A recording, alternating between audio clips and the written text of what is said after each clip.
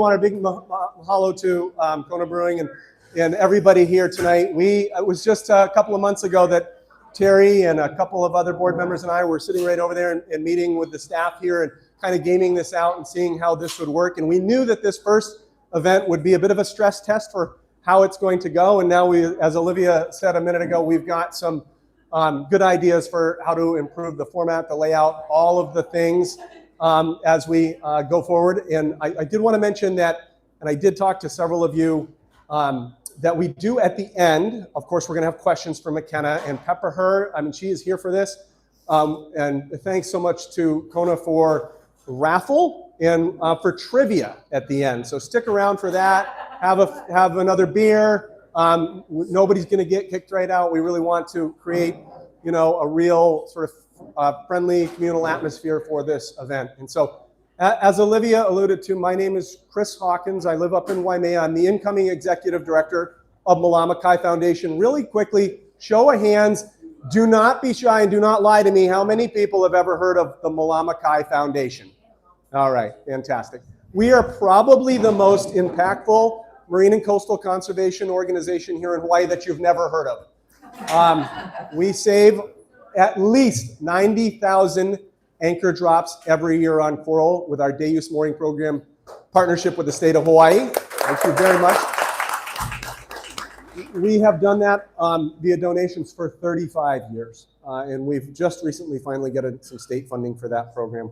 We've got several other important programs that we run, middle school youth education, experiential education, ReefTalks, obviously, and the new George A. Wilkins Scholarship. We awarded our first 6 scholars to college-bound Hawaii senior high school students last year from all over the islands. Each of them got $5,000 from Malama Kai Foundation via donations from folks like you. So thank you so much. Sorry about that. We're still getting things ironed out, but this is pretty much what I just said a moment ago. I don't know, Mikena, if you want to see if you can't maybe move it a little bit closer. See if it'll just... Farther. Farther? I think it's closer. It's a short throw projector, so, well, I'm going to twist it. I know this is going to be a little hard for folks to see. Hey, we thought that first slide was indicative of what the rest of the slides would look like, so. But I think Mikena's got a lot of pictures, so hopefully, and less text than I do. This is just saying what I just said here, our Day Use Mooring Buoy Network, our Ridge to Reef Education Program, the scholarship, and of course, why you're all here tonight, Reef Talks. So what is Reef Talks? We've been doing this for a long time. It was originally started by the University of Hawaii Sea Grant College program. We have taken it over. It started 20 years ago.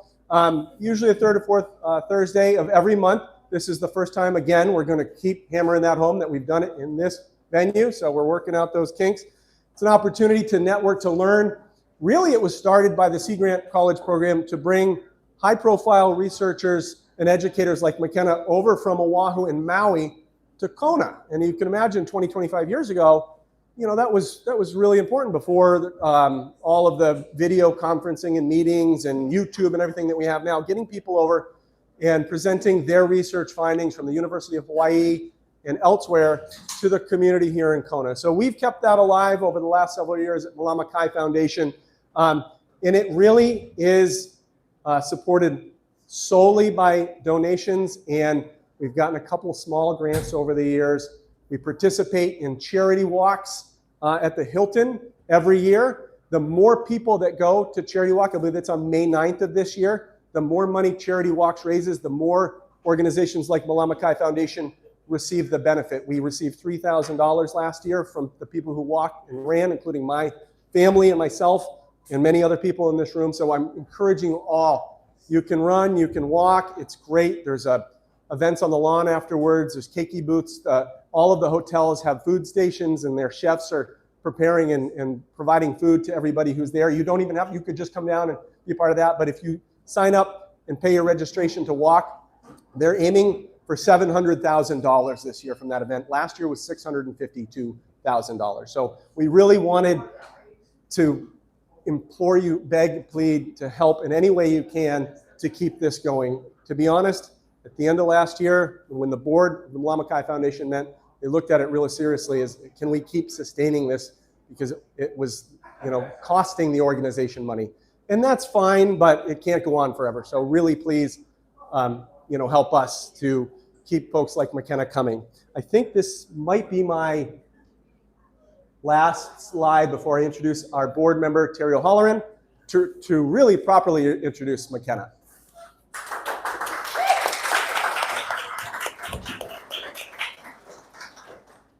Aloha, everyone.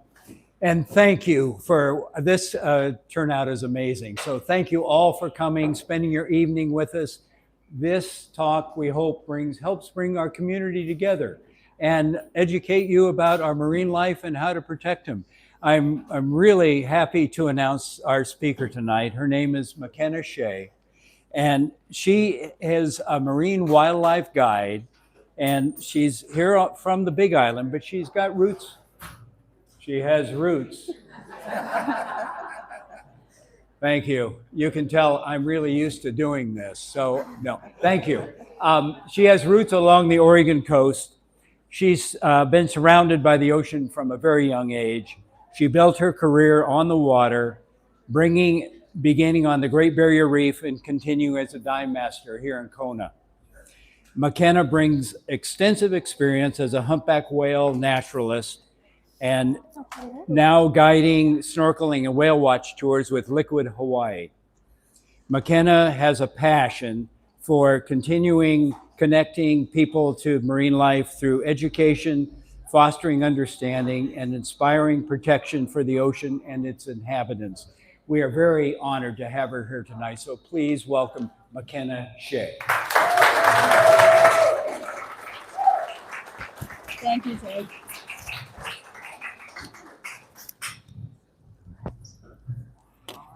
Aloha, everybody. Aloha. Thank you guys so much for coming out today. To echo what everybody else has said, very big crowd out here. So stoked to be here. Thank you to Kona Brewing for hosting us today, and also to Malama Foundation. Not only do I love whales, but I love our corals. So they're a very important foundation to me, as I know that they save many of our corals every year. Today we're going to be talking about our humpback whales, touching on some of our common behaviors that we typically see out here with our humpback whales, and then also talking a bit about ethical interactions on the boat. And so I know Terry gave a bit of a background on me, so just a little bit more. So yeah, like he said, I was born and raised on the Oregon coast, so I had a little bit of different whales out there. Some of the same ones, humpback whales, but also the gray whales. So I grew up around the ocean, and so I have made my life's work about that. And so since he's kind of touched on a bit about this already, but I've been out here for 5 years in Hawaii, working on the water in a mix of ways, as a dive master, as a whale watch naturalist, and as a snorkel guide, manta ray nighttime guide, anything on the water.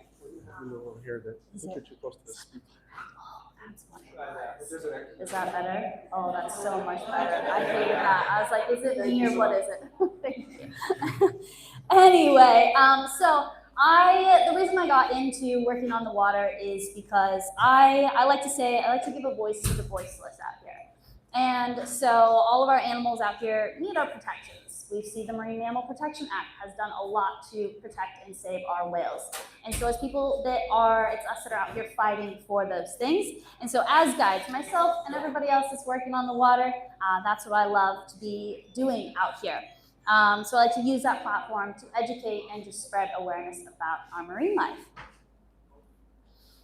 So to start off, kind of a brief little introduction here about our humpbacks just around the world before I dive into about humpbacks in Hawaii. So we've got 14 different populations of humpback whales around the world. We kind of forget, we kind of just think about our North Pacific humpback whales, but they are all around the world in different locations. I made a fun little graphic to show you guys.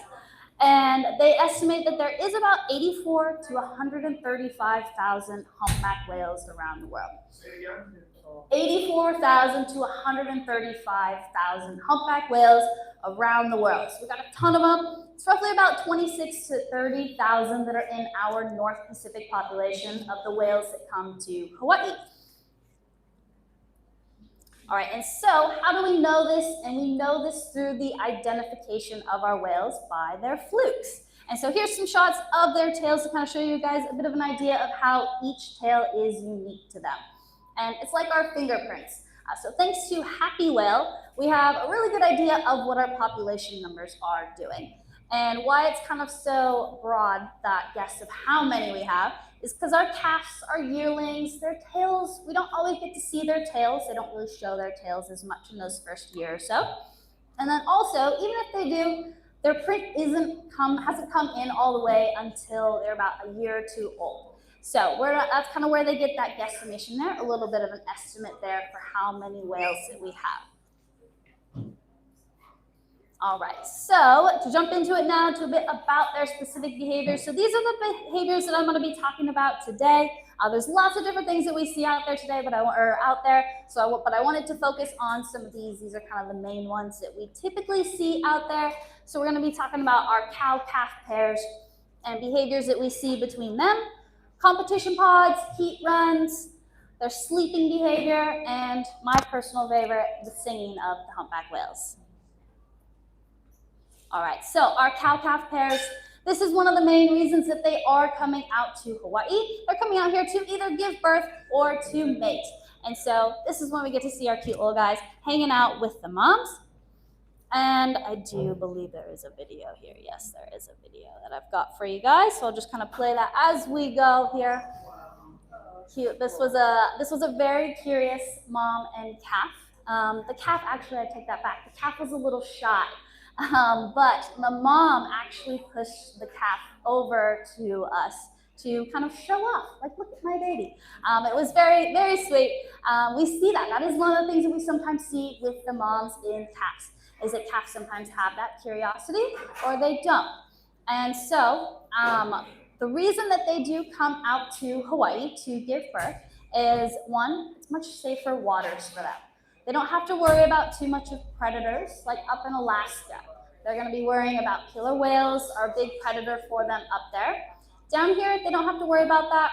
And it's also much warmer waters. I always joke with my people on my guests on the boat, where I'm like, you guys escape the cold water on the mainland, or the cold weather, just like the whales escaping that cold water on Alaska to come here. And so then again, calf curiosity, do they like boats? We do notice that sometimes, yes, they do. We like to think that there is a bit of kind of like, they're like, oh, what is this? This is new to us. Everything is new to them. And we find, I feel like an overall kind of general census that they do seem to kind of like the boats out there. The other thing that we see is protection for the calf from the mom and the escort. So mom and calf are going to be side by side the whole time that they are here. We may only see calf on the surface, but mom is never far. And that is also where we will also see an escort. So an escort is going to be another adult whale that is hanging out with the mom and calf. Most of the time it is a male whale, but it could be a female. And this escort is there to fend off any too aggressive male whales. Now, I know I said that these waters are much safer for the whales and there aren't really many predators for them. But the one thing they do have to worry about is the male whales. And because there are just the two reasons why they come out here, to give birth and to mate. And now the males aren't involved in the raising of the calves. And so they might get a little aggressive if they find a female that they like, that even if she has a calf, and that could result in the calf getting separated from the mom. Which is very detrimental for them. So that is where the escort comes in to help fend off any of those male whales that might be too aggressive. And so why is it that it is so important for the calf to stay with the mom? And so one of those reasons is that she's relying on the mom to feed her. So they produce about 100 gallons of milk per day. So it's a lot of milk, and it works out to be it's about 100 pounds that the calf will gain each day. So they're growing really fast every day, but it's super important that they do grow really fast because they are going to have to make that migration all the way back to Alaska at the end of the season. And so, as you can see, it's also a lot of work on mom. So the escort comes in to help in that way too, of she can't always have the energy to fend off all those aggressive males. She swam 3,000 miles to get here, and she's got to give birth. And then produce all this milk, and then make her way back to Alaska. And the last thing here is the bond between the mom and calf. So I know in science, I try not to anthropomorphize them too much with our whales, but sometimes it's hard not to see it. You do see it out there when you are out there day and day with them. You see how these moms and calves interact and how the moms are doing anything they can to protect the calves. You will see them letting the calf rest literally on their head when they're too tired. They just have the zoomies for 10 minutes. They're jumping around. They're like, I need a rest. And they will rest on their mom's head, or they're just nuzzled up to them. It's very special thing that we get to see. And it is only for that 1 year. They will travel back to Alaska together, and mom will teach the calf their ways of feeding, their different techniques that they use, and then they will make their way back to Hawaii and then go their separate ways from there. All right, now we're gonna go into competition pods and heat runs. So this is the other reason that they are out here in Hawaii for mating purposes, and they can get quite aggressive out here with these competition pods. It makes for some good whale watching action. That's when we're gonna see a lot of our things like pectoral fin slapping, tail slapping, head lunging, breaching, all kinds of things here. And so why they get so aggressive in these competitions is because there are more male whales out here than there are females. Now it's interesting, the whole population of the North Pacific population is split 50-50 male-female, but more male whales are going to make the migration to Hawaii, resulting in more males here, and so less females for them to choose from and to mate with. And so that's why they start to get so aggressive. And one of those other aggressive behaviors that we will see is a peduncle throw. So to kind of backtrack here, a little bit more of kind of anatomy of the whale. So the peduncle is their back half of their body, and it kind of goes into their tail. It's that very strong muscle of the whale, and that allows them to really slap their tails, or they just throw that back half of their body. And so scientists do believe, or do see this as potentially the most aggressive behavior that they do in these competition pods, is throwing that peduncle. But these competition pods can be around 20 to 30 whales competing for one female. Now it's quite a lot, and there could even be more. Sometimes you can't even see them all. We'll be watching one, it'll be about 10 whales or so, and we're like, we don't even know how many more are potentially underwater and not actually at the surface. The most recorded, actually, it was 36, and it was over on Maui. So there was one pretty female that they were all after over there. And there has actually been one reported death of a male whale. They are considered our gentle giants, so it wasn't, we hope to believe, not in an intentional way, but because of them getting so aggressive in this, it did result in a death. And these competition pods can last for various amounts of time. We can see them kind of start to form and grow in numbers and last for 20, 30 minutes, an hour, a few hours, but they can also continue on for days. The longest one recorded, again, over Maui, was for 3 days. And so that was a very long one, and again, must have been a very pretty female over there. All right, sleeping. So sleeping is another one of the common behaviors that we will see out here. And really interesting thing about our humpback whales and many of our other marine mammals is that they have to actually actively think about breathing. So unlike us, where it just happens, we don't have to think about it, we just breathe. For our marine mammals, our whales or dolphins, they have to actively think about it. So when they do go to sleep, they have, what it's called is unihemispheric slow wave sleep. And so what happens is half of their brain will shut off at one time, and the other half is awake to think about breathing and be aware of their surroundings. And once that side has rested, that one will wake up and the other side will rest. I know it sounds very simple, but probably a little bit more to it than that.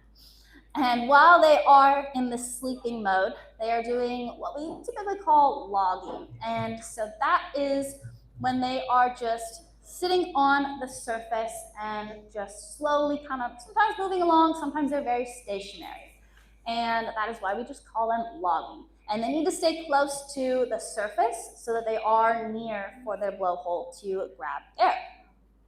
And they're also, the other important part for them to be awake is that they can scan that environment. So one thing also I like to touch on about the sleeping is that it's a really important behavior to remember for us boaters out there, as guides, as captains, because sometimes you might see a whale that's just hanging on the surface and you're like, oh, it's awesome. Like this whale is like, might be a lot of activity on the surface, it's giving us a good show, but it might actually be sleeping. So I think that's one thing to remember because we don't want to disrupt their sleep. We're already kind of disrupting them a bit, so it's important to remember, one, not to go up on them close or be very loud for them, but two, to just remember that this whale might be sleeping and kind of assess the situation a little bit more and see, is this a whale we should spend time with, or should we leave it be so that it can get its rest that it needs? All right, so the humpback whale song. I have a little song that I'm going to play you guys. Let me... This.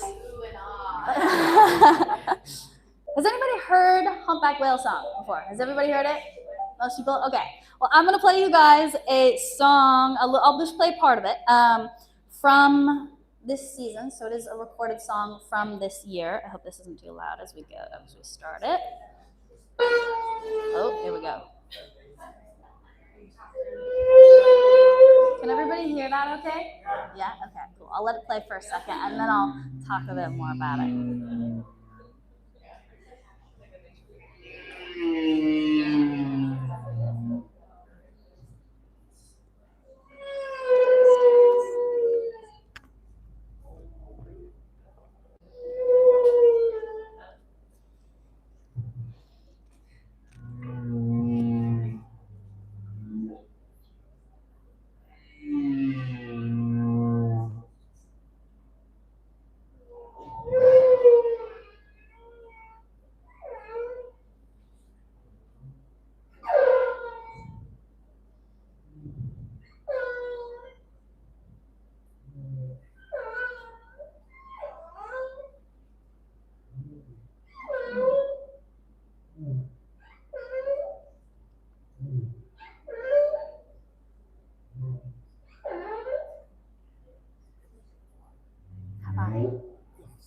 Yeah, it's so loud when you can feel it.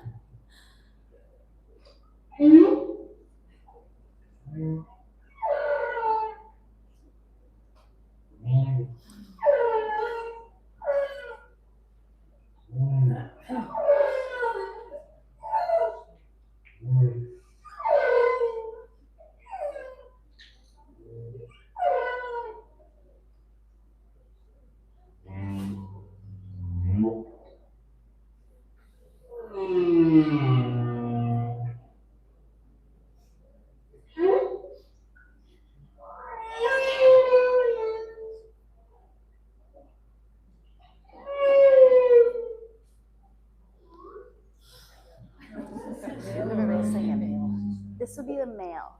Yes. Yeah.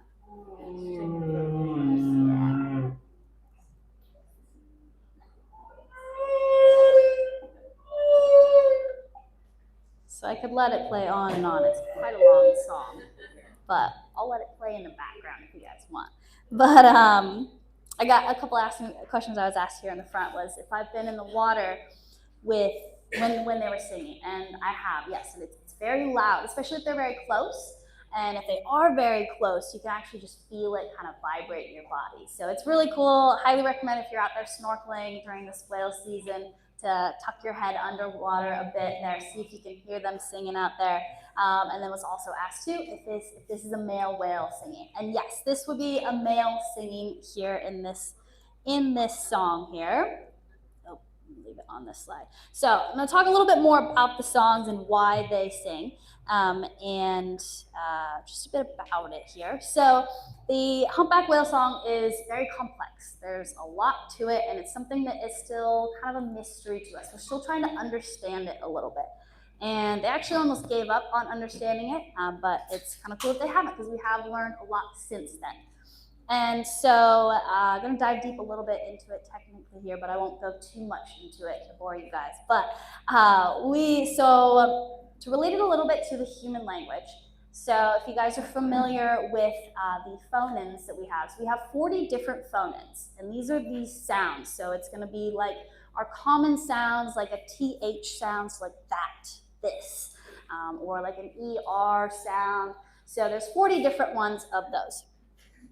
And so those all string together to create our sounds and our words and our sentences and the way that our words flow together. And then we have our words that are more commonly used. And so our shorter words, they find, are more commonly used than our longer words. So words like this or that are going to be used more often than unihemispheric. So only a whale naturalist is going to use that word. And so that distribution of the frequency of the way that those words are used is called the Zimpian distribution. I don't know if anybody's heard about that, if anybody's gotten into the human language there. And so these scientists, they took about 8 years of recordings of humpback whale songs, and they graphed it all and tracked it all and captured all these different sounds. And they found that humpback whale song has the same phonins as humans do. So obviously sounds, not words, but they have 150 of them compared to the 40 that we have. So there were 150 phonins that they found, so certain sounds that were used just like our different phonins are used. And they also found that certain sounds, the shorter sounds, were used more often than the longer sounds following that Zimpian distribution. So it's really cool. We're figuring out that they are making sentences. They are making sense of their communication, the way that they're talking to each other. Now, we don't know what they're saying yet. Maybe we will one day. There is actually one sound that they have pretty much figured out what we know what they're saying. And to kind of simplify it, it's basically a hello. And so they had a 20-minute long conversation with a whale. Her name was Twain, and this was up in Alaska. And so what they did was they put a speaker underwater and they played this sound to this whale, and she repeated it back to them. And not only did she repeat it back to them, but when they played it on the speaker, they adjusted the timing in between saying the sound, playing the sound, I should say. So say they played the sound, waited 8 seconds, played the sound again, waited for her response, she waited the same amount of time. And then they adjusted the time the next time, and she reflected that. And so it's super interesting. They can understand that timing in between the sounds that they're making. So after about 20 minutes, she kind of decided, okay, we're kind of just saying hello back and forth here. So she swam off. She was done with that. So, but really cool. It kind of really just started that conversation with our whales. And it'll be really fascinating. It's something I love to kind of learn about and see where that's going. And then another thing too that's similar with it is specifically the songs. So these songs that we're hearing, the song that I was playing for you guys, it is a part of the 2026 hit for the whales this year. So the song that they are singing. And so each year they have a different song. And these songs are just like our songs. They have choruses, they have verses, they have rhythm, and they've got syllables, all of this wrapped up into that song. And each year it just changes a little bit. It's only about like 10% or so that it changes, so it doesn't change much. But each whale will bring a part to the song each year, and then they will have that one cohesive song that they're singing. So this year it's about 12 to 14 minutes long that they sing, and they all sing that same one. And each population has a different song. So it's really cool. They have their own ways of speaking. It's almost like each population has kind of a different language in a way. So super cool. I can nerd out about humpback whale songs all the time. And I've got a really cool video too I can share with anybody if they want to learn more about kind of technical of the phonins and the Zimpian distribution with the whale song too. All right, so this is going to lead me into the ethical interactions with our whales out here in Hawaii, by boat or by, if you're out on a kayak, paddleboard, whatever it may be. And so I think it's always important to remind ourselves as we go into whale season, as we're in it right now, the important things about whale watching. We all get excited out there. We all want to have those epic interactions. But at the end of the day, the whale chooses you. And so the important things to remember, I always like to remind, abiding by that 100-yard rule is for their protection, not leapfrogging. We drive up in front of them. You see where their path is going. See boats do that sometimes. Driving right on top of them, interfering with their behaviors. For instance, placing yourself too close to a competition pod, because that kind of can impact how they're interacting. Oh, my whale song's still playing. You didn't like that. Yep. Cornering them into a cove. It's kind of one of my least favorites that I see sometimes. Harassing them by staying with them too long, especially moms and calves. Moms and calves show very clear behaviors a lot of times. Like they will show, like, I don't want to hang out with you, especially if they put themselves between the calf and the boat when they are trying to make that space. I wanted to also point out, so the Pacific Whale Foundation's vessel, they actually designed their vessel to reduce noise, which I think is super cool. It's kind of perfectly designed for the whale watching out there. And then the other thing too, forcing a mugging. Are we familiar with muggings? Yes. I always joke. It's the only time you ever want to get mugged in your life is by a whale. You don't want to get mugged by anything else. It's something that we see out here. People see it on social media. Visitors will come out here. I'll have people that'll come on my tours and they'll want that epic interaction. And of course, we all want that. We get excited when this whale chooses you and comes really close. But I think we get caught up in it sometimes, and it's important to remind people that that is a very special occasion. That does not happen all the time. And anytime I myself am sharing anything on social media of a video of a mugging, I always try to preface it with, this does not happen every single time. Because if people are coming into these tours with these expectations, it puts pressure on the guides and the captains to try and force that mugging, as I'm saying here. So I think it's more special anyway when they choose you, and you can kind of you can tell when those whales want to hang out with you. But I think it's a very important reminder of the ways that we interact with our whales out here. They're very special animals. They're very intelligent. They do face a lot of threats, and to put more pressure on them when we're trying to show kind of an epic experience is a lot for them. But honestly, I think at the end of the day, the experience is as exciting as you make it. And honestly, I still get stoked when I see a tail. You know, I've had them come close to the boat, but it's still, at the end of the day, every interaction with them is a special one. Now, what is what I like to at least describe as what a true mugging is. Here, I will play a video of a couple whales that was from this season who decided they wanted to hang out with us. We were actually about to leave, and these whales popped up. They're like, wait, we want to play. And they come right over to the boat here. So just kind of an example if you haven't seen kind of how these whales sometimes like to interact. So this was right next to the boat, just putting a GoPro in the water there next to these two here. I think there's a little bit of sound on that. So they kind of start to do a little dance for you sometimes when they really want to hang out with you. So just kind of touch on this a little bit more. So just basically saying it's when the whale approaches you and you not approaching them, not driving right on top of them. We were very excited. There we go. So when the whales do this, they do it because they feel safe and they're curious. And that's why they choose to interact.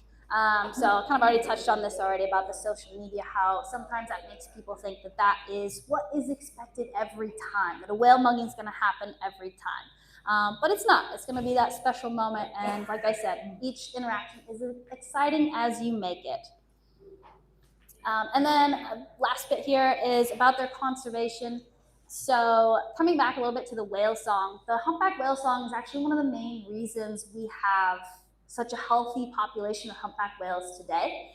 Back in the 60s, our humpback whale population was down to just over 900 of them left. And today we've got about 26 to 30,000 humpback whales in our North Pacific population. And so what happened was the same scientists that were doing all these studies and found all that information about how they communicate turned some of their songs into an album. It's called Songs of the Humpback Whales. I don't know if anybody is familiar with it. I've had some folks that are familiar with it before. And still to this day, it is the #1 selling album, nature album out there. So, I know, important nature album. So this came out in the 60s, and also more information on the research that was being done and footage of what was happening to the whales during that whaling industry. So whaling was huge in the 60s. People were killing them left and right. And as people were learning about them, hearing their sounds, they were like, we can't be killing these humpback whales. They're not just this big dumb fish out here. They are alive. There is something looking back at you, someone looking back at you when you look into their eyes. And they're very intelligent, they have communication, they're very empathetic, and we need to stop killing them. And so this sparked one of the largest conservation movements in history, and it led to the Marine Mammal Protection Act that was put into place in 1972. And then, so it was banned in the US to kill whales from there. And then soon after followed an international ban. So it really started with the humpback whale song. So it's another reason why it's one of my favorite things, is because it kind of really did save our whales out here. And that's... I'm going to steal the mic from you for 1 sec. Yes. Before you ask Mikena your question, she wants them, so please, I need to do 2 things. First, I want to recognize 2 important people in the audience today. One is Mikena Shay and one is Alyssa Garvin. These 2 ladies for the last many months have worked together to keep ReefTalks going, to plan and execute them. Kate lives right here in Kona, and Alyssa flew over from Malama this afternoon, and I picked her up at the airport. So thank you both. I'm sure I can have people, but I wanted to make sure we know who are listening on the tracks for a long time now. The second thing I want to say is that as you ask your questions to Mikena, you will probably have to shout them so she can hear them. And Mikena, would you repeat that question? Yes. If I need to step in because I can hear it better than you for some reason, I'll help you. But if you repeat the question, then the folks online and everybody else will hear the question before you answer. Perfect. Sounds good. But let's give her a round of applause.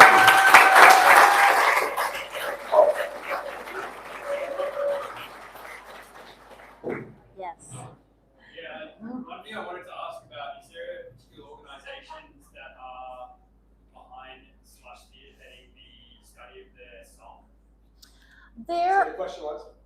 Thanks. I already forgot. So the question was, are there specific organizations that are spearheading the studies of the humpback whale songs? And from what I know, there are some, it's kind of more specific scientists that are doing it. And the video that I have that I can share too at the end here with you guys, if you want to check it out, it does talk about some of the scientists. Some are actually based like New York. There's some scientists based in Alaska too. Alaska is really heavy on some of the scientists there at some of the universities there are heavy into studying that whale song. Thank you. Yes.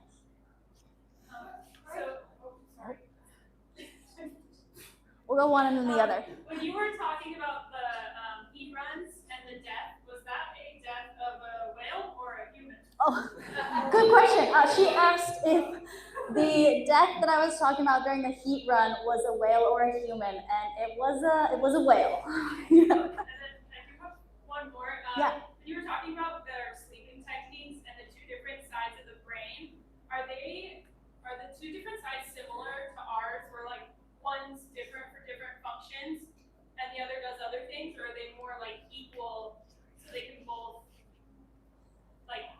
do the same thing?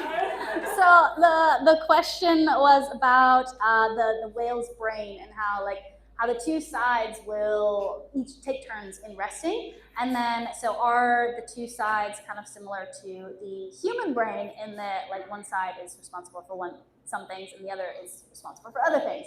Or is it one, or each side is responsible for different things or the same things? So for our humpback whale brains, they are, that one is one that kind of, I don't know a ton about that humpback whale brain. I don't want to lead you astray there, to be honest there, on the humpback whale brain. But from what I gather, from what I do know about that, is that each one, because it's such a large brain, they do have a massive brain. And I mean, as you would imagine, because they are a large animal, but they each kind of has their own role. And they're still doing studies too, actually, about the humpback brain too, and kind of connecting that to like, oh, so where's the communication come involved in that as well too? So, yeah.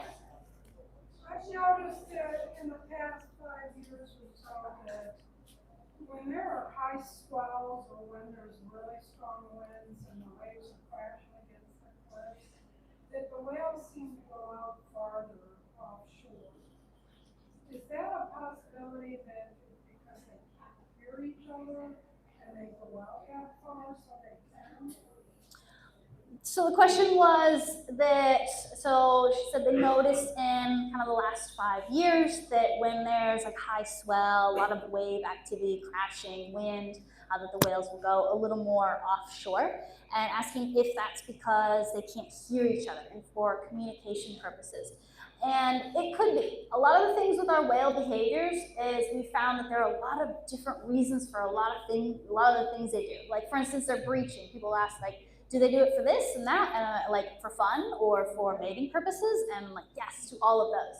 And so we have seen that yes, they go offshore, whether that's for hearing or if they are just trying to escape the rough waters.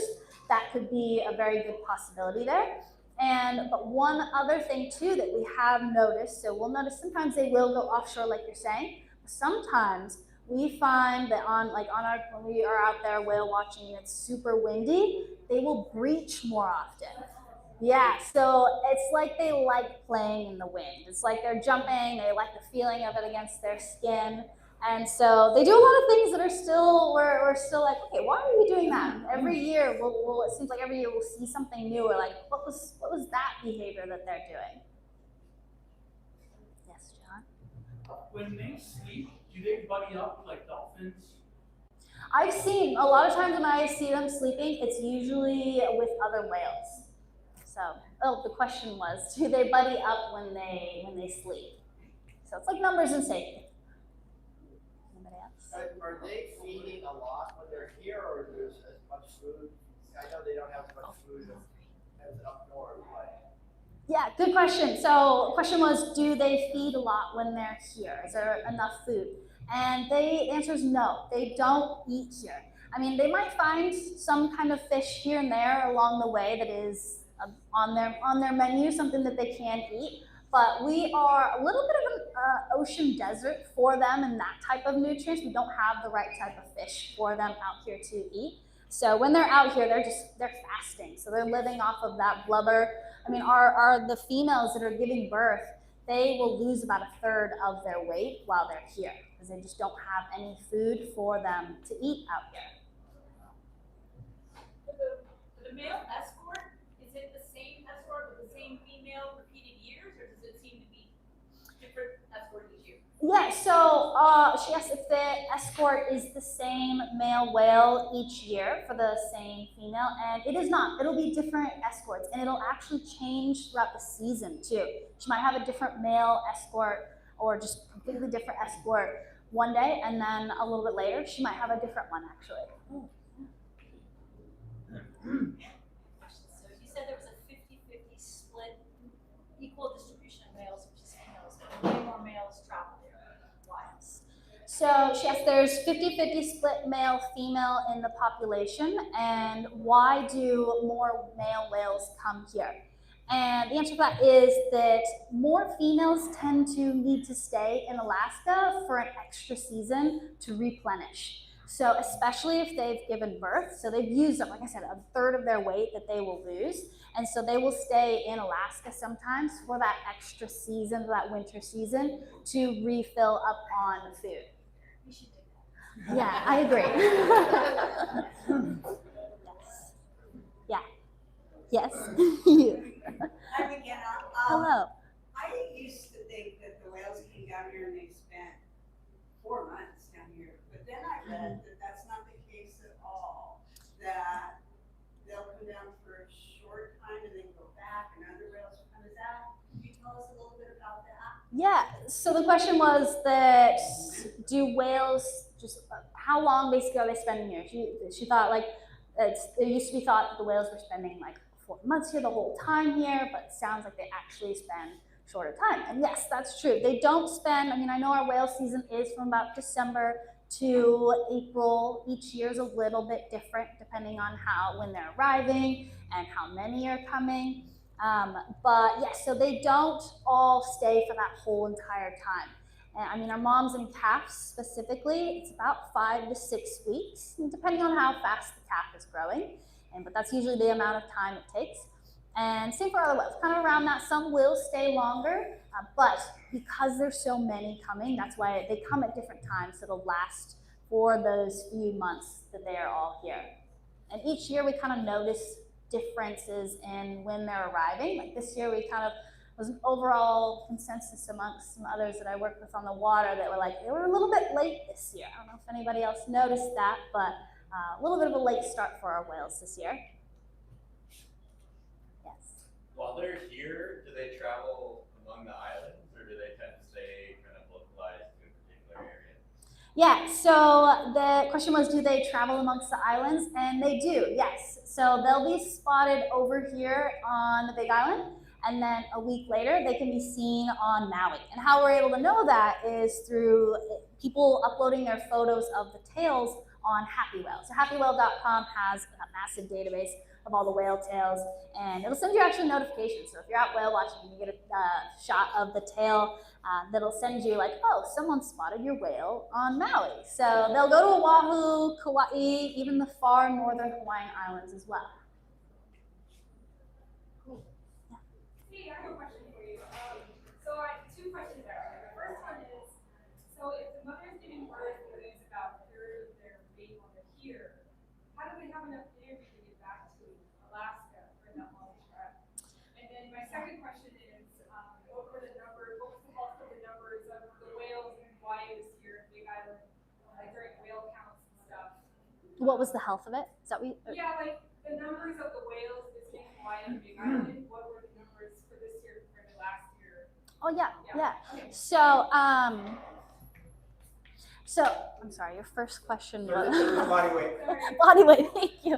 So their body weight, yes. So how they make it back to Alaska after they've lost about a third of their body weight. So part of that is still lost on that migration back, and honestly, it's a mystery to me. I'm like, how do you make it all the way back after you've done all this work? And it really is just that it's stored all in that blubber. And that's why some years, especially the females, they will choose to stay in Alaska for an extra winter because they got to replenish all that blubber. So it's a very thick coating of blubber that they will have, that they've just adapted and evolved over the years to be able to make that migration to here. And then for the whale count, so for the past one, so they do it at the end of the month during the whale season. So the last one was done at the end of January, and it was around like 350 or so that were spotted on the Big Island. I'm not sure specifically what Kauai was. I'm very keened in on Big Island, but it was down for the Big Island about 150, they said. So we do have quite a few less whales this year, which is interesting. I was just talking with someone today on my tour about that, and how each year seems to, sometimes it kind of alternates. Like last year was a very epic whale season. There was whales all over the place. We were dodging whales all over. And this year we've noticeably less. So we're hoping that it is just a lot of them stayed in Alaska to replenish their food source. Yes. Who out here then reports on boats that are getting too close to whales? Who reports boats that are getting too close to whales? And that'll be just kind of anybody that sees it. Any guides or captains. It is kind of an important thing, especially if you see it over and over, to kind of capture those videos, because I think it is important to hold boats and captains and everybody accountable for respecting our whales, because we get too caught up in it. I mean, I've seen them get cornered and get very harassed, and sometimes at some point you do have to submit those, and you can submit it. It's DLNR. You do submit it to DLNR, and yeah, so I think it's something that needs maybe more attention to, and more kind of what's the word, like just monitoring, basically, like whether that's DLNR or somebody volunteering to look after them. Yeah. So to add an answer to that question, I'm out all the time swimming. I swim miles offshore. I have a GoPro with me all the time. Sometimes I'm camping out with some whales. Boats come over, get way too close. I photograph it all the time. I turn it into DLNR. They do nothing. Yeah, that's unfortunately, that's happened. Nothing. Yeah, so it's like I'm saying, I get them right on top of the boat. I get real pissed off. I talk to the DLNR guys. I check up a couple days later, a couple weeks later. They've never done anything, and I've given them chapter and verse with really good video. Yeah, it is a hard one, because it's like they're the only ones really that we have to submit to it, but it's hard when they aren't doing anything. Because yeah, I agree. I've had to send some in, and nothing gets done, and so it's kind of one of those things of like, okay, who's gonna stand up and be accountable? And I think at the end of the day, if nobody's gonna stand up and do anything about it, like Dylan or anybody, like us guides and captains, we gotta stand up. And I mean, I know like sometimes it's hard to speak up to like your captain, be like, oh, don't drive over there. You can't exactly do that, but just reminding ourselves that like, hey, like they're out here just trying, like this is their home, this is their ocean. They are just letting us come and be in it and be in their space and get to enjoy the experience with them. Yes. Yeah, just quickly to extend on that a little further, my question is that a Hawaii state, or is that federal and federal at both? Yeah, both. Yep. Okay. Yeah. That's obviously wrapped up in jurisdiction then. Yeah. Yeah. I suggest they send those videos into news stations. Oh, yes, you should. I suggest sending those videos into news stations. Yes, that's a good one. Or social media, I say sometimes. What was that? NOAA's law enforcement. Oh, NOAA's law enforcement. Yeah, that's another good one, because NOAA's usually there for the protecting. Yeah. DLNR will take care of it, but the problem is, once it goes into the court system, the judges throw out. That's a big problem. Yeah. So, unfortunately, it's a bit of a battle, but like I said, that's why I am very happy to be able to do something like this today. Thankful for the Malama Foundation for providing a platform, not just like for me to be able to speak, but for everybody, all the reef talks, and to spread that awareness, spread those reminders of taking care of our ocean. I mean, that's what their name is literally. So. Thank you so much. Can you advance the slide one more? Oh yes, yeah. Oh, and this was just a thank you, and if anybody wants any sources there, so. A couple of things before I turn over to Olivia to explain what's going to happen next here. For those of you who need to know, we obviously understand. First, I wanted to say, you know, as I've said, and as Olivia said, this is the first time at this venue. We would love your feedback. Be kind, be constructive, but be honest. Let us know if you've got some ideas for how we can improve this. This may be one of the bigger crowds. This was the first time, and we really tried to get the word out. Pay attention to the way in which you found out about tonight's talk for upcoming talks. We try to do these every single month, except for usually July, the summertime. We usually take a little bit of a break. People are going to be online orientation, etc. In December as well. Thank you too. One other thing I wanted to mention, you know, kind of as we wrap up here, is that again, this is donation based, so we really appreciate however much you can contribute, whenever, not just tonight.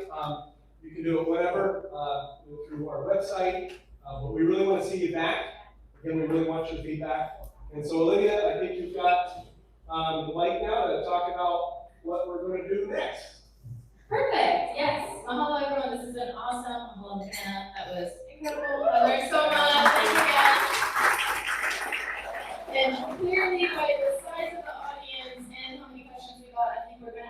around to it sometime. So first things first, I know some people, thank you for sticking around longer than expected. We're gonna start with a raffle, and then we're gonna pivot into trivia. So first thing is everyone get a ticket. If you need a ticket, stick up your hand. My lovely attendant Sarah's gonna run over and get you one. All right, we got a couple people. Okay, give us a couple minutes. I work usually Monday, Tuesday, sometimes every day. Usually Monday, Tuesday for sure, and then like Wednesday, sometimes Friday. Thursdays I work in Kona at Body Glove, and then the other days are with Liquid Hawai'i. So yeah, if you wanna, typically not, sometimes on Sundays, but yeah, usually during the week. And so yeah, if you are interested in coming on tour or anything, you can let us know. You can contact me. I don't know if they share any of this, but happy to give you any information if you need. So yeah, what was your name? Danny. Danny, nice to meet you. Thanks for coming out tonight.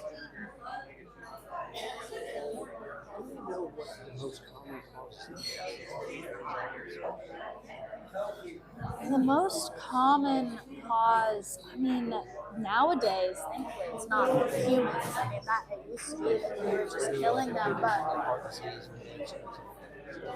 I don't think so. No, I haven't really read too much on that of like what causes the most deaths for humpback whales. I do know, sadly, like on the human cause side, like entanglements and boat strikes are up there in the amount of deaths that are caused. We don't see it so much here on the boat strike side, but up in Alaska, the whales are much more congregated, and so boats, I feel like harder for boats, like more boats, and they get hit a little more often up there. Here we notice the entanglement a little bit more, and we do have a disentanglement team here, thankfully, and I know like they usually have a pretty good success rate. There was a whale a few weeks ago that they were able to successfully disentangle, and so and now they're saying that whale has about 80% survival rate because they were able to remove it. It was like chain, not just like fishing line, it was chain, and it was caught on the whale. So. I'm from the East Coast. We're here visiting friends from South. And so there, your manatees, even the tortoises, you'll see both sides of the crops. Do you ever see that whales or humpbacks? Yeah, I personally have never actually seen it myself. I know I've seen photos of it, and there was a calf over on Oahu this year that did have, like, was hit by a boat, like it struck by the propeller. They do, thankfully, they do think that whales will be okay. It's healed over pretty well. But yeah, sometimes, I think not as commonly, maybe because they're so spread out, but yeah. Well, thank you. I appreciate it. Thanks for coming. Yeah, thank you. Alright, who has Oh, yeah, totally fine. I wanted to know more about, like, we talked about when you saw 3783. Come on and that female down. whale, like, responding. And the notes I I was have given, it. I and don't know. I don't think I have, like, a true source on, like, the accuracy of those, like, facts I needed to know. But everything I've ever heard is, like, the male humpback whales.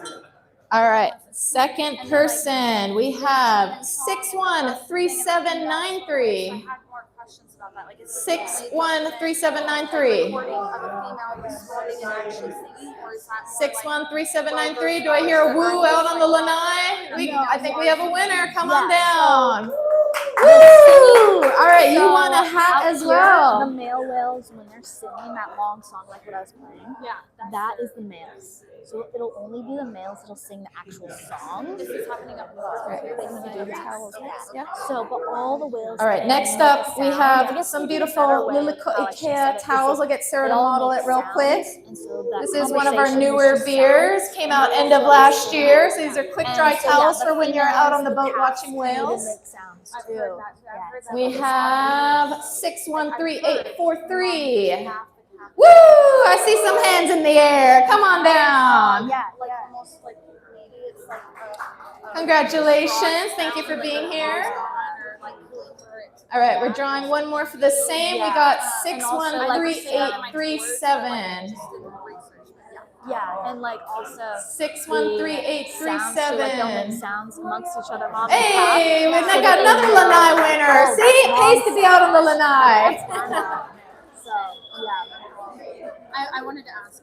All right, and then for our final prizes, we yeah, have no, some beautiful Kona Brewing pint glasses, as well as a $25 gift card to the pub, or you can use it for retail. Ooh, that's the right response. Or in whale, ooh. All right, that number is going to be 613766. So I had a woman. Hey, we got a winner right here. Congratulations. I'll get Sarah to deliver that to you. Foundation for Parkinson's, and she's Awesome. And then our final lucky winner for the $25 gift card and pint glass is 613779. 613779. Yeah, okay. Hey, the lanai, come on down. Woo! The females. All right, congrats to our lucky dip winners. So next we're gonna pivot into some whale trivia. So I hope you've been paying attention, maybe taking some mental notes. What we're gonna ask you to do is to break into teams of 4. And obviously if you need to get going, we understand. But for those sticking around, we'll need you to form a team of 4. There will be prizes. So it's crazy, but it's usually the normal. We'll break for 5 minutes. Restrooms are down the hallway, and we'll see you shortly for trivia. About a year. Yeah. So it's literally. Thank you guys. Thanks, Sarah. Yeah, it works out perfect timing. This is great. Yeah, we fun. Not over yet, but It's not over yet. Thank you guys. Yeah, no, this is great. What an awesome presentation. Thank you guys. I And appreciate it. congratulations on getting to be on Yeah. ReefTalk that has booze and food. I know, right? Certainly, I think that How you going? So, what did you guys How many beers did you have? you guys? I'm on my third right now. So come in, hope you have fun. Are you gonna have one more? Maybe. We'll see. What? Tad Select. I think my free Pauhan, I don't think they added my beer. Because I get a free one, technically. I know. My So you can living check that, yeah. I like it was only one. Where? Oh, sorry. What? My social media thing. Why are you just posting social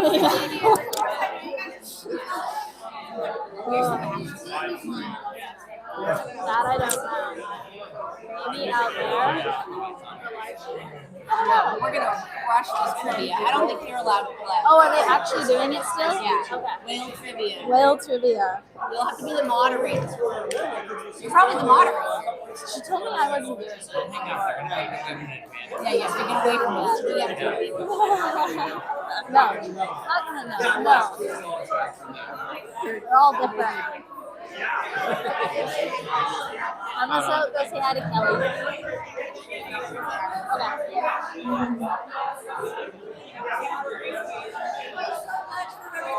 Oh yeah, but number 1. Liquid Hawai'i. We're actually out of Kauai. Okay. Yeah, That's why when I saw those pictures, I'm like, oh, they're up there. Yeah. So I got all the photos today where I'm taking my knee up, mostly up there. So yeah. Thanks for being great to my daughter. 2 years ago, we went on a boat outside of Kauai. Oh yeah. With old Hawaiian uncle. Oh, And he fun. did these beautiful, it's like beautiful catamaran vintage boat. Yeah. And we got into the middle of the boat and we just stopped. Yeah. We're like, there's whales over there, there's whales over there. He's like, yeah, but they're right underneath us. Yeah. Casually.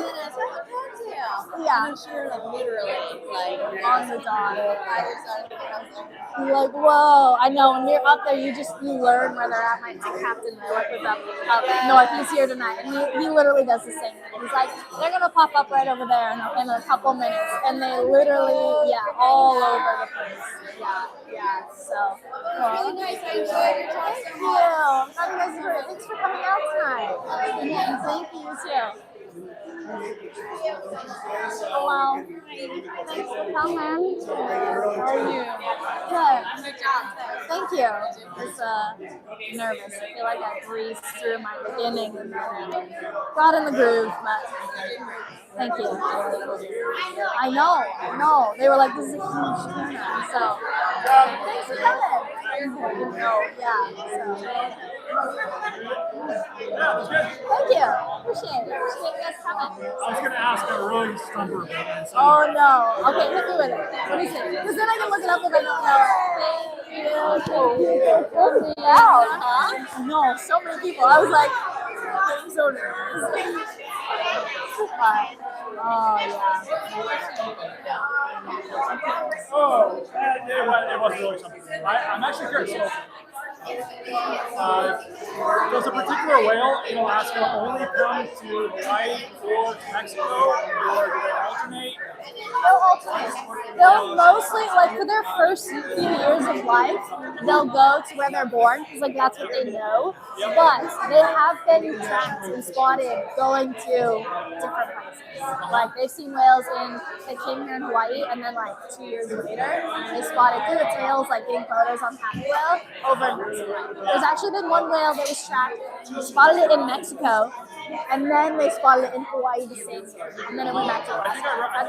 It was a male, right? I think so. Yeah. Super rare because that's even like that's a massive trend. Yeah. So, yeah. I'm pretty sure it was a male. Yeah. I think that's what I read. Yeah. It's kind of weird. Like, how would they know how to get to the other places they know? Sometimes, yeah. And then, like, for going down to Mexico, at least they've got that coastline. Yeah. For Hawaii, it's a bit like, yeah. So,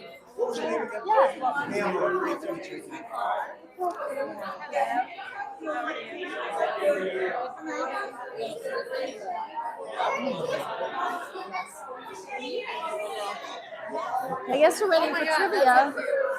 Oh, thank you. We'll start. Trivia? Yeah, I guess they're doing trivia. I know. But they're doing the whale trivia, so yeah. I didn't actually. I proofed them though. I was like, okay. She's like, will you look over them? It's not too bad. Yeah. Did she say they were just doing a break? And then yeah.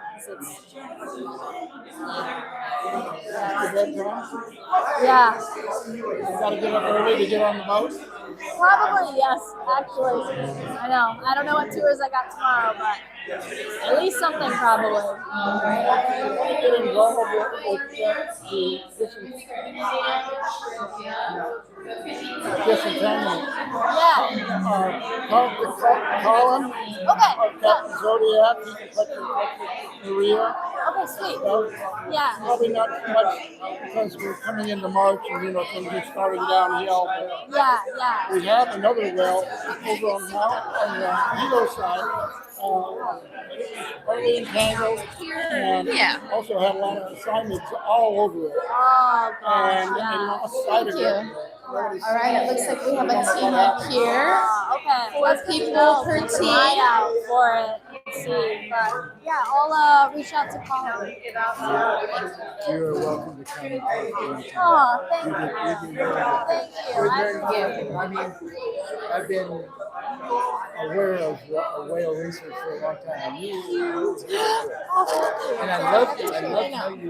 Yeah, I tried to clean it up today at the logos. Yeah. I kind of forgot it was playing.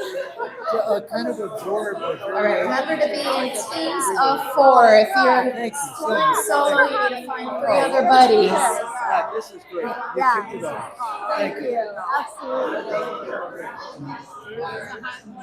If you could get over to like whale tails, there's a lot of really interesting. I'll send her over. Yeah, I'll send her. You can meet Ed Lyman. He's in charge of sperm whales for the Pacific. Oh, The whole northern Pacific. He goes up to Alaska. Sorry to interrupt. There's a team of 3 over there if you want to join them. And Maria is over there. She used to do a lot of. All right. Anyone else need a trivia sheet? But on the East Coast with right whales. Oh, yeah. Okay. Nice. That's serious. Very cool. There's a lot of people here in the islands preparing from, getting information from, and do it, like I said, that's good work. Yeah. All right. So we're going to read over the questions. Obviously, I see a few of our nerds skimming ahead, looking at what's on the list. That's okay. Expanding it about but the yeah, whales. you And we're, can like, just in general, answer we're it learning as so we much go, about and them I'll as also we give you study time them at the end to more. go back It's so and fascinating discuss what we're any learning questions about that them. you might be debating as a team. Yeah. So, first things first, question number 1. What is the Hawaiian name for the humpback whale? We're looking for a little Hawaii name. So you don't need to answer it out, write it on your sheet. Okay, sorry, I should explain that. Okay, we're writing answers down. Leave your answer on the sheet. You don't need to come up and show me right away. We're going to go through all the questions, and then at the end, you're going to swap with the neighboring team, and we're going to grade our sheets. Okay, so question number 1. What is the Hawaiian name for the humpback whale? So jot that down on your sheet. And feel free to come up with a cool team name too if you haven't already. Make sure you put your team names on it so we can give prizes to the right people. All right, question number 2. Why do humpback whales travel all the way to Hawaii each winter? Question number 2. Why do humpback whales travel all the way to Hawaii each winter? We're looking for the best possible answers. It's so fun. If you're going to come out like on one of the whale watches, like with bodyguards. Okay, question number 3. True or false? Humpback whales come to Hawaii mainly to feed. If you're paying attention to Mikena's talk, you should know this answer.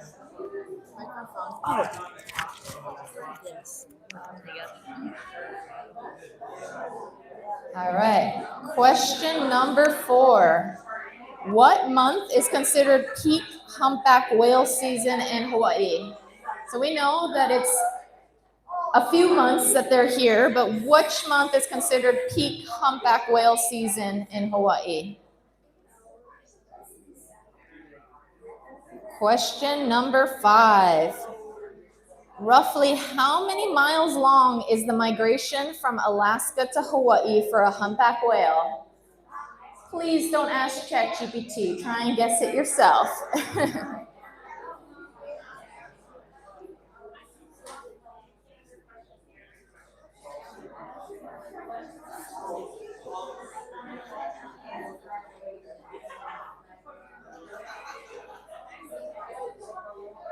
All right, question number 6.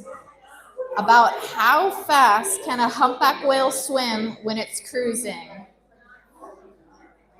About how fast can a humpback whale when it's cruising? And we're looking at a speed of miles per hour. I know there might be some boat captains here thinking in knots, but we're looking for a speed of, a range is okay. You can give a range. We're looking for miles per hour.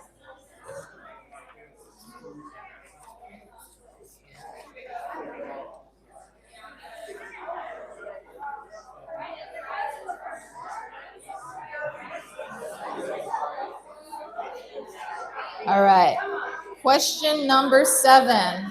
What part of the humpback whale is famous for its long white and black patterning? What part of the humpback whale is famous for its long white and black patterning?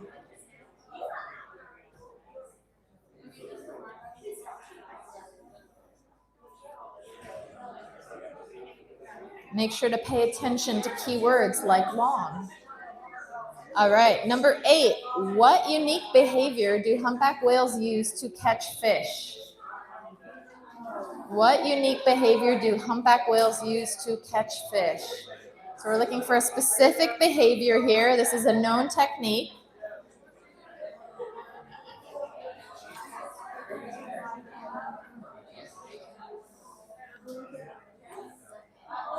All right, question number 9.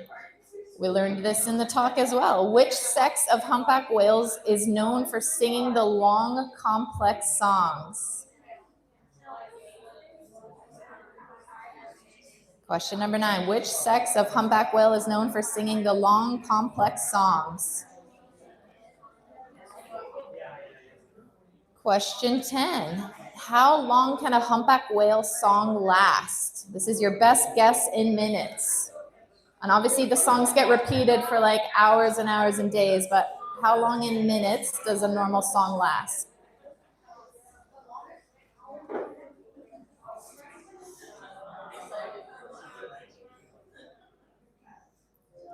All right.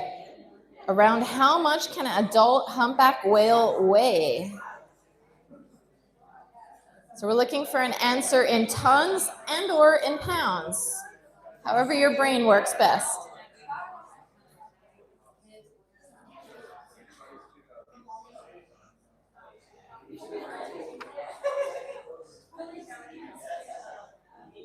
All right, question 12.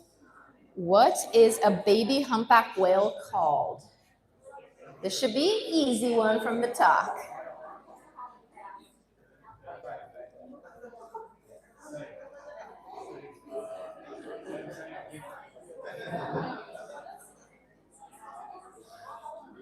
All right, question 13. How long is a humpback whale calf at birth? We're looking for in feet. How many feet long is a baby whale?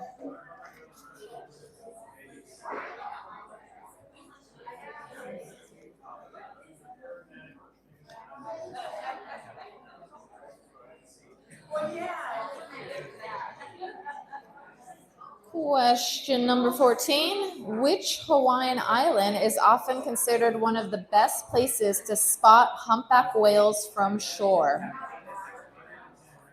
So we're looking for the island name. Which Hawaiian island is considered one of the best places to spot humpback whales from shore?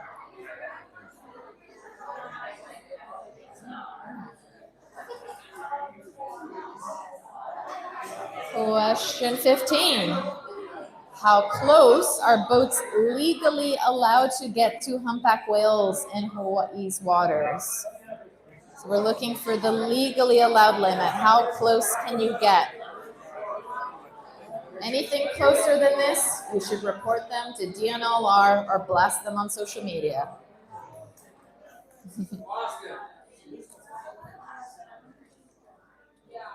Question 16. What is the name of the protected area created specifically to protect humpback whales in Hawaii? So this is a long one. This is the longest answer of the trivia. It is 1, 2, 3, 4, 5, 6, 7 words long.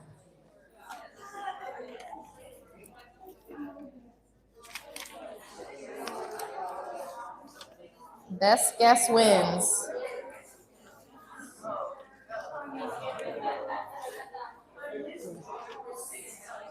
Look at you, Speedy. You know this stuff. This is easy. Yeah. Yeah. There you go. There you go. All right. Question 17. What special surface behavior involves a whale launching itself out of the water and crashing back down? This is one of my favorite behaviors. And I agree with Mikena's note about on windy days, they seem to love it because my husband and I saw them dancing in the wind on Monday. They were loving it.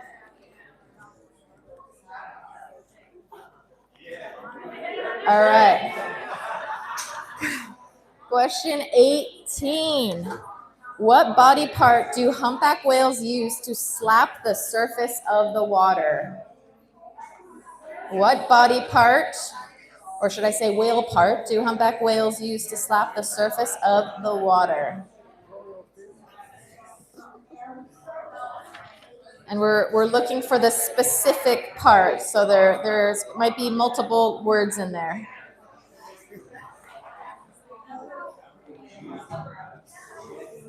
Question 19. How many calves does a humpback whale usually give birth to at one time?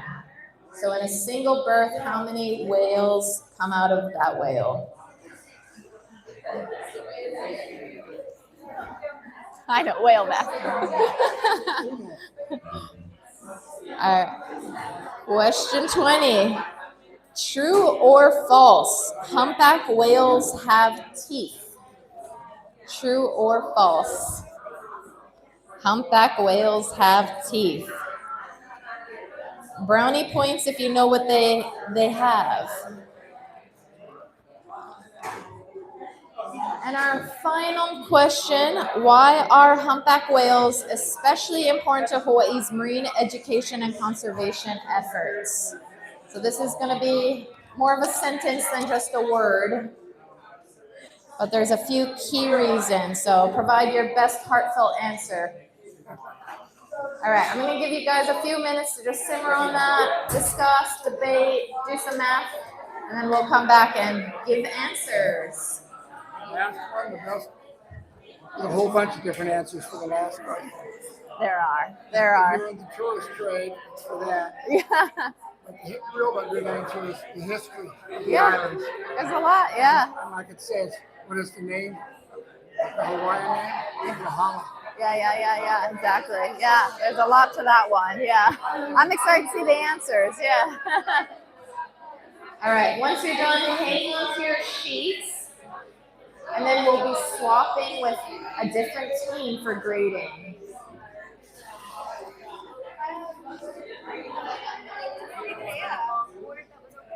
Do I want it? Yeah, you want you? Yeah, Sarah. Thank you.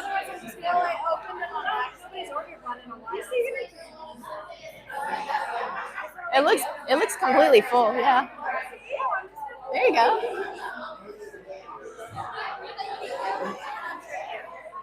Say it again. Trivia or bingo? Trivia. Yeah. Oh, so fun. I want to see. What question are you on? We've done them all. Now they're just conferring.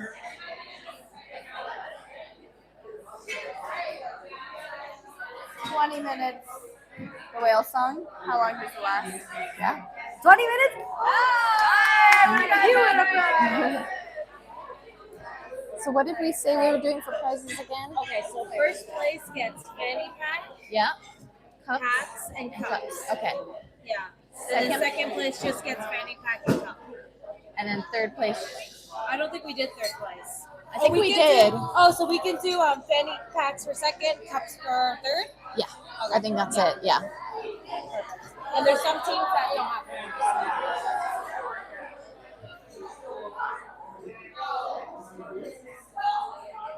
All right, couple more minutes, and then we're gonna grade our trivia. Is it okay if I get Tessa a fanny pack? She's been wanting on. Yeah. Do you want to get from the other? Yeah.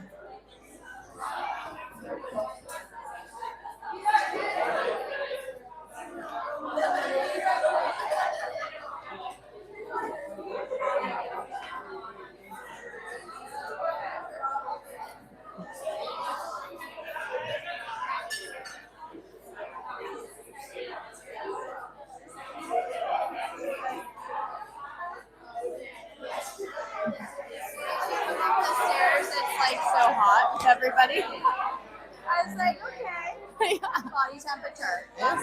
It's full. Hold it. Wait. All right. It looks like people are ready. So what I'm going to ask you to do is swap with another team. Hopefully we have an even amount of numbers. And then we're going to grade our trivia sheet. So find someone to swap with. Make sure you have your team name on it. We're swapping. Yeah, swap with a different team, and then they're going to grade your trivia sheet.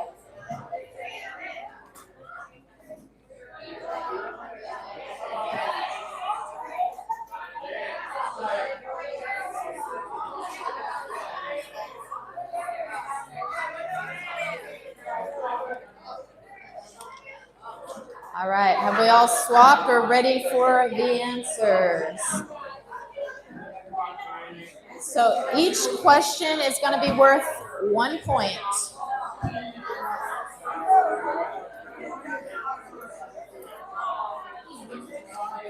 All right. Question number 1. The answer we are looking for is kohola. K-O-H-O-L-A with a kahako over the A. If we forgot the kahako, we will accept that as well. So kohola. So that's 1 point if that's correct. Question number 2. So humpback whales travel here to Hawaii each winter to breed, give birth, and nurse calves in our warm, shallow waters. So if they got the gist of that answer about breeding and birthing, give them a point.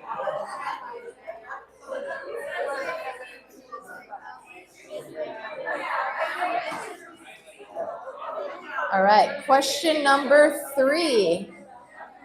The answer is false. Humpback whales primarily feed in Alaska. At least our humpback whales do. Question number 4. So what month is considered peak season? Well, guess what? It's this month. That's why we're hosting this talk, guys. It's February. So we're looking for February, although the range is usually January to March.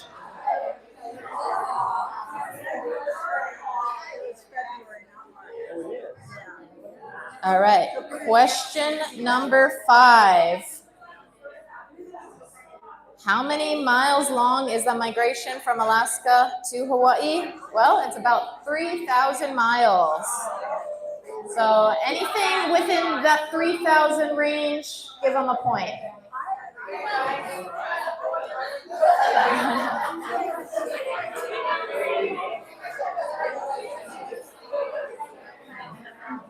All right, question number 6. What is the top speed when a whale is cruising? It is around 3 to 9 miles per hour. So if they put anything in that range, give them that point. 3 to 9 miles per hour. They can go faster in short bursts, but not while cruising.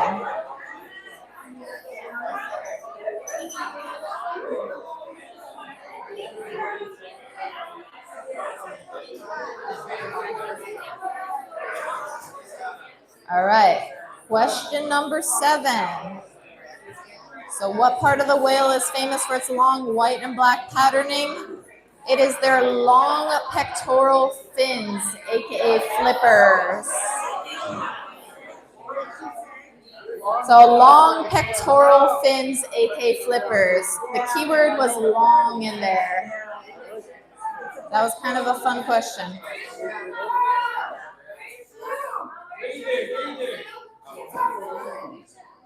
So, we want to debate this question. Mikena is our whale expert.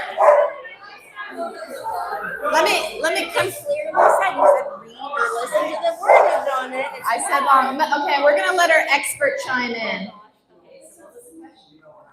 So the question is, what is famous for its long white and black patterning? I said long. And then what was the What is being debated?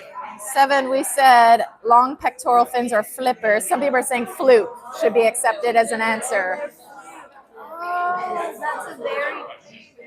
It was a trick question. Should we give them points or fluke, or should we say no, flippers only? It did say long. I think, yeah, like. Is it pectoral? That is the end. The tail is really long. Each pectoral fin is about 15 feet wide, and the fluke is also 15 feet wide. So, We will accept points for both. Our expert has spoken.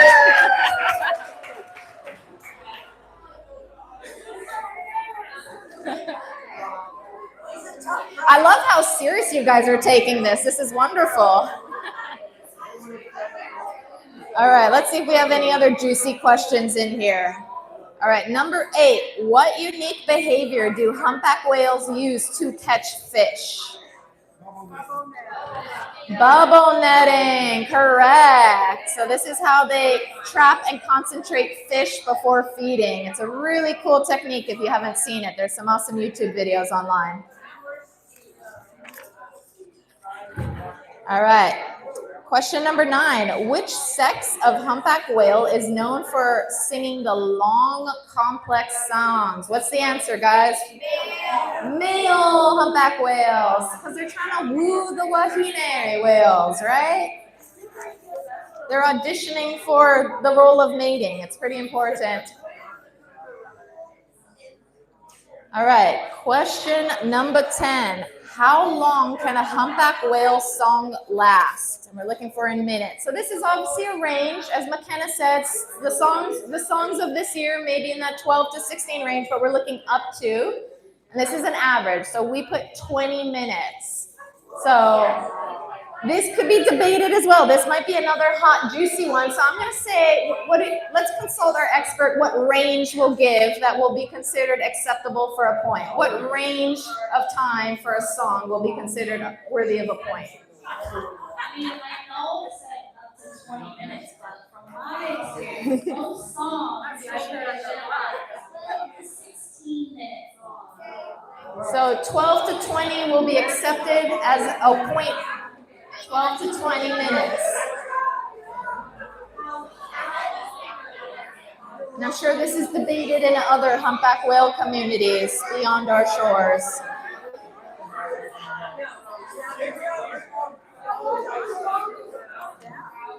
All right, question 11. Around how much can an adult humpback whale weigh? Once again, these are averages. I'm sure people are going to debate this depending on if it's a female who's just given birth or not. But we're looking for up to 40 tons or about 80,000 pounds. So, you know what, anything within that reasonable range. If you said anything between, we'll give what? Plus or minus 5 to 10 tons, something like that.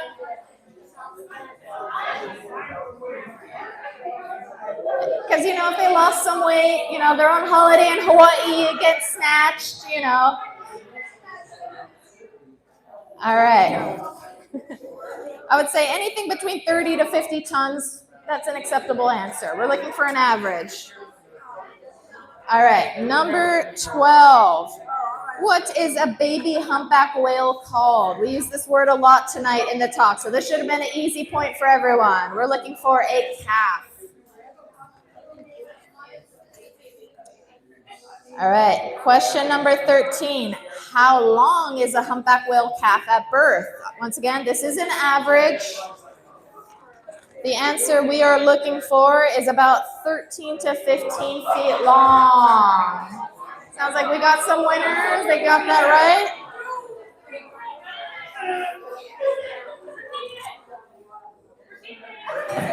The answer was between 13 to 15 feet long. That's pretty long. Imagine pushing that out. All right. Question number 14.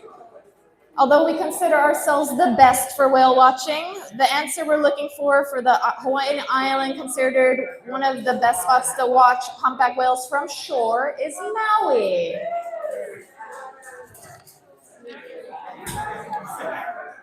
Especially West and South Maui.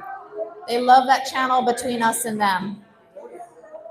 All right, question 15. This is a good continuation of our last Q&A. How close are boats legally allowed to get to humpback whales? Everyone should know this answer. It's 100 yards, aka 300 feet. We're looking for that specific number on this one, 100 yards.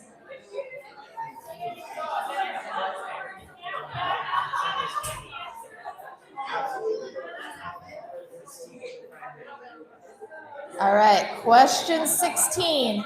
What is the name of the protected area created specifically to protect humpback whales in Hawaii? This is a long one. Do you know the answer? Could be several answers. There's protected zones around each island. There are a few different ones. We're looking for a 7-word one ending in sanctuary. Any guesses? It's right there. Okay. Sanctuary. Right there. It's right there. We're close. We're close. We're looking for Hawaiian Islands Humpback Whale National Marine Sanctuary. It is a mouthful. I'll repeat. That is a great question. Shall we ask our expert? McKenna, what is the parameters for our Hawaiian Islands Humpback Whale National Marine Sanctuary? Do we know where it extends, like where it ends, the sanctuary? Oh. Is it like all this lighter blue area, like everything? I'm pretty sure it's, no? Okay, here, we got an answer.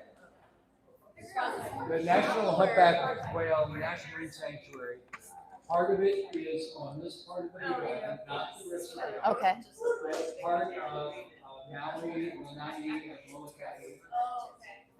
That 3-island area, and same way on Oahu. There's a distant piece of that same way on Kauai. It is not all. Fragmented, or is it fragmented, or is it all one area? It's like Well, spots. It's different areas of offshore each island. It's all part of the Hawaiian. Clearly. Mahalo very much. I learned something new. And clearly we just identified a gap in our legislation. That's something we need to advocate for, is to make the whole chain a sanctuary. So let's work on that next. All right, question 17. What special surface behavior involves a whale launching itself out of the water and crashing back down? This should have been an easy one as well. We're looking for breaching. Woo! Give yourselves a point. All right, question 18. What part of a humpback whale is used to slap the surface of the water? What part of the whale is used to slap the surface? We are looking for pectoral fins or flippers. Although I'm sure we're going to argue that flukes can be used to slap the water as well.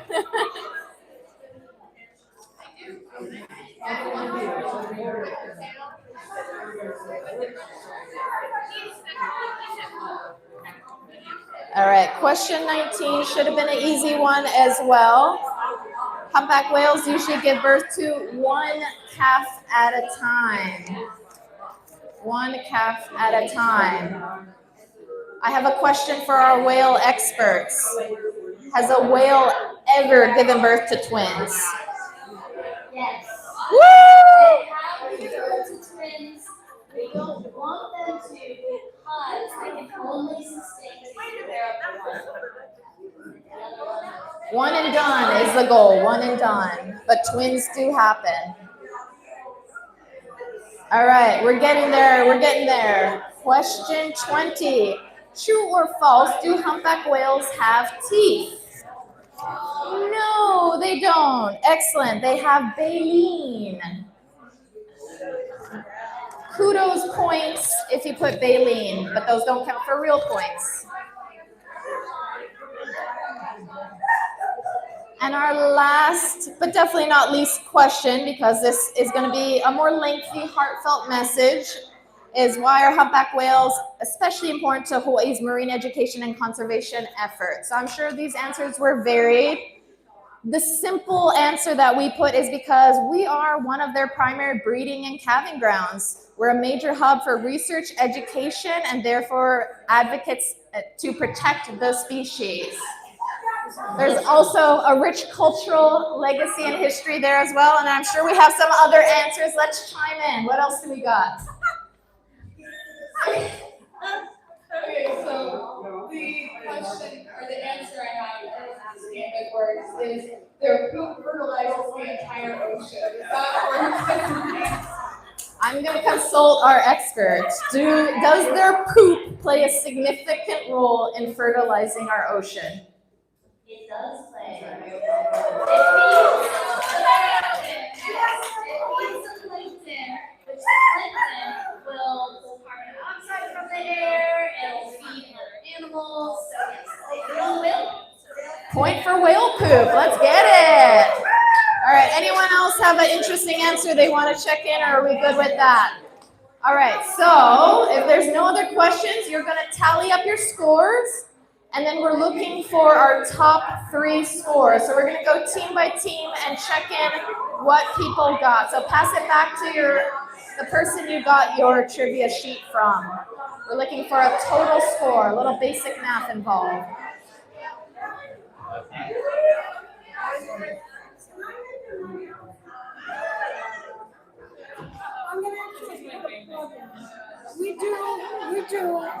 It's called Whale Watch in the Park at the Kahola. Yeah. On Tuesdays. Okay. All right, we have an announcement. You can say it. No, we have a special announcement. Okay, on Tuesdays, everybody. Whee! Yeah. It works? On Tuesdays, up at Kahola Payout, we do a whale watch in the park. So what we have is information, any information you want to know about Humpback Whale. And we also have binoculars there for you to use, so you can see them. There hasn't been that many this year, but we are there every Tuesday from 9 to noon. If anybody wants to come up to the park. Awesome. What park? It's Fuku Kohola Pea, which is up there by Kauai High. It's right up at the corner. Spencer Park. Yeah, near Spencer Park. Oh. And as we learned, Kohola means humpback whale. So literally the Hawaiians identified that region as a significant ground for humpback whales back then. And so I like to think they built that heiau to honor them. All right, team, do we have final trivia scores? Do we got 100%? Okay, anyone else with 21 out of 21? We got a 21 over here? We have a humble whale expert, okay. And you got a 19? 20? 19? Okay, we got two 19s. 20? All right, so let's start with our perfect scores. I think we should do some Jenkenpo to do tiebreakers. Yeah? All right, so you had a 21 as well? They had 21, okay. So no one else had 21, correct? All right, so, and then all right, we're gonna start with our first place prize. I'm gonna get my lovely assistant, Sarah, to help. You have any more of these? I don't, but maybe someone else from Malama. Oh, Alyssa? Alyssa has some. Yeah. All right, so for our first place winners with a perfect score, I'm so impressed. We have some Kona Brew hats, fanny packs, and glasses. So you win the whole trifecta. So we got that table over there. Sarah's gonna bring them over. Mahalo for being here, and thank you for sticking around for trivia. I hope you had fun. Well done, ladies. Mahalo for coming. Have a great night. Get home safe. All right, so for second place, it sounded like we had 20 over here. Woo! Oh, wait, we got a 20 over here. Okay. All right, we're gonna have to do some Jenkenpo tiebreaker. So you need to send up someone, Jenkenpo, rock, paper, scissors. We got a rock, paper, scissors competition right here. All right, you know the rules. Okay, you two, right now. Okay, ready? Jen, 10. Okay, so it's going to be Jenkenpo or rock, paper, scissors. Okay, rock, paper, scissors, and then reveal, okay? Okay, paper, scissors, go. Oh, do you want to do best of three? Sure. There's a bit of a delay there. Okay, rock, paper, scissors, go. Oh, okay, last one. Rock, paper, scissors, go. One time. Rock, paper, scissors, shoot. Oh, okay. That was a tricky one. There's been a bit of a lag. I'm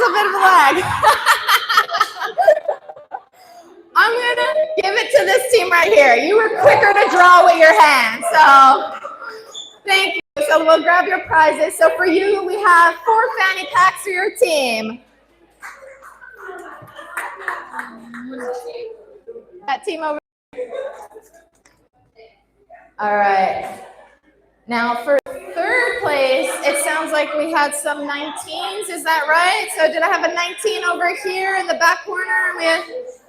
And over here. Okay, send up one rep from each team that had 19, and we're going to do another round of rock, paper, scissors.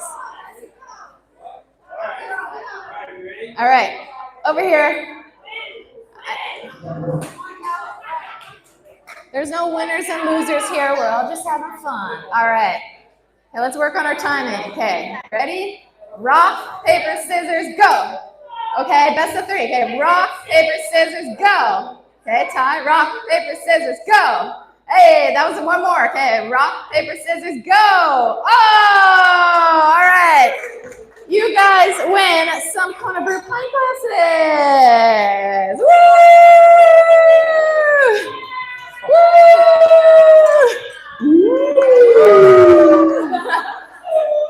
Awesome. Mahalo, everyone. Thank you for sticking around till the very, very end. This has been so fun. Mahalo again to Mikena. Mahalo to Alyssa and Chris and everyone else from Malama. Thank you for being a part of the fun and looking forward to doing more of these. Get home safe, and we'll see you again soon. Aloha.